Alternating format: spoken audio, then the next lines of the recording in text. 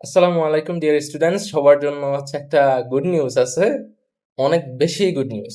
যে এই বিষয়টা নিয়ে সবাই একটু টেনশনের মধ্যে ছিলেন, বাট যেটা নিয়ে টেনশন করতে নিষেধ করেছিলাম যে দেখা যায় খুব শীঘ্রই হচ্ছে ই ওয়ালেট চালু হয়ে যাবে।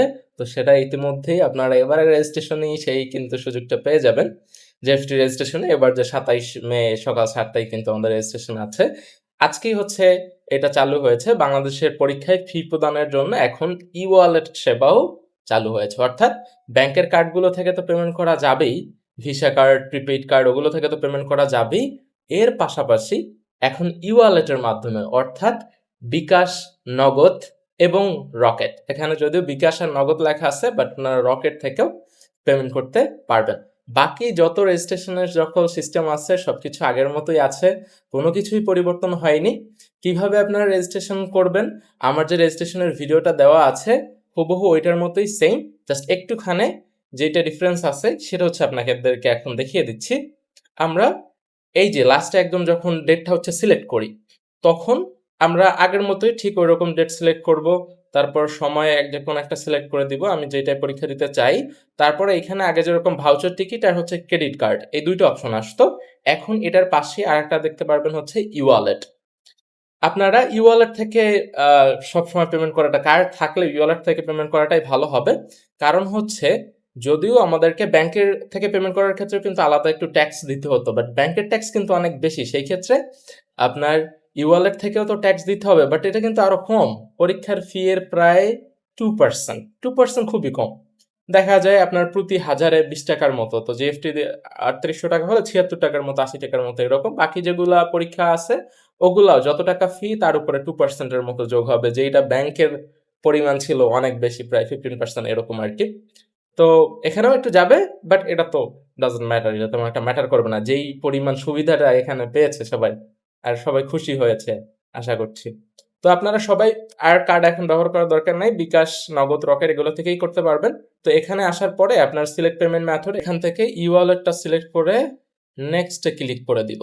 তারপরে আমাদের একটা নাম্বার দিতে হবে, ইমার্জেন্সি নাম্বার। আপনার যেটা নাম্বার আপনি হচ্ছে সেটা দিয়ে দিবেন এখানে। দেওয়ার পরে আমাদের নেক্সটে ক্লিক করতে হবে আবারও। তারপরে এরকম অপশন আসবে যে আপনি কি বিকাশ থেকে পেমেন্ট করতে চান, নগদ থেকে নাকি রকেট থেকে। আপনি যেটা থেকে করতে চান, মানে বিকাশ থেকে করলে বিকাশ সিলেক্ট করে দিবেন। তারপরে আপনি পে উইথ বিকাশ এটা হচ্ছে সিলেক্ট করে দিবেন। সিলেক্ট করে দেওয়ার পরে আপনার কাছে অপশন আসবে যেই কয় টাকা আপনার আর কি ফি, কম বা বেশি ক্যাশ আউট করবেন না, অবশ্যই 800 টাকা যেটা এখানে আপনার ফি যেটা লেখা থাকবে অবশ্যই সেইটাই পেমেন্ট করবেন। আপনি টাকার পরিমাণ চেঞ্জ করবেন না।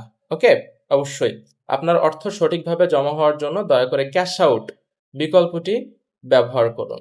সেন্ড মানি ব্যবহার করবেন না, এতে লেনদেন ব্যর্থ বা বিলম্বিত হবে। অবশ্যই আপনাকে ক্যাশ আউট সিলেক্ট করতে হবে। কোন নাম্বারে?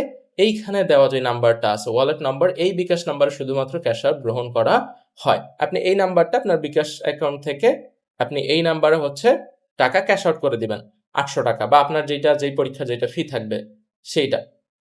এরপরে আপনার একটা ফোনে মেসেজ যাবে, আপনি যেই নাম্বারে বিকাশ, ওই নাম্বারে হচ্ছে মেসেজ যাবে, বা আপনার ইসের মধ্যেই অ্যাপসের মধ্যে কিন্তু একটা এই যে টিআরএক্স আইডি এরকম একটা আইডি দেখা যাবে। ওই আইডিটা আপনি খুব সুন্দরভাবে এখানে হচ্ছে টাইপ করে দিবেন। ওকে, এখানে টাইপ করে দিয়ে তারপর হচ্ছে আপনি নিশ্চিত করে দিবেন।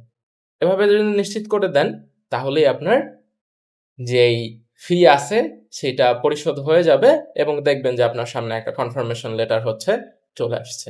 এভাবেই হচ্ছে আপনি এখন বিকাশ, রকেট অথবা নগদের মাধ্যমে জেএফটি সহ যতগুলো স্কিল পরীক্ষা আছে সবগুলোরই আপনি রেজিস্ট্রেশন করতে পারবেন।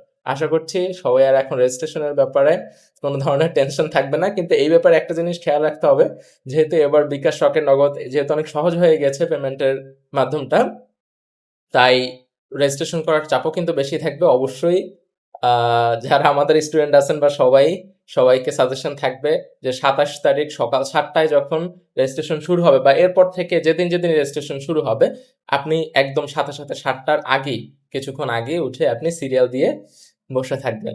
তাহলে দেখা যায় আপনি অন্তত আধা ঘন্টা 1 ঘন্টার মধ্যে সিরিয়াল পেয়ে যাবেন, বা তার আগেও আপনি অবশ্যই একটা সিট তো অবশ্যই নিয়ে ফেলতে পারবেন।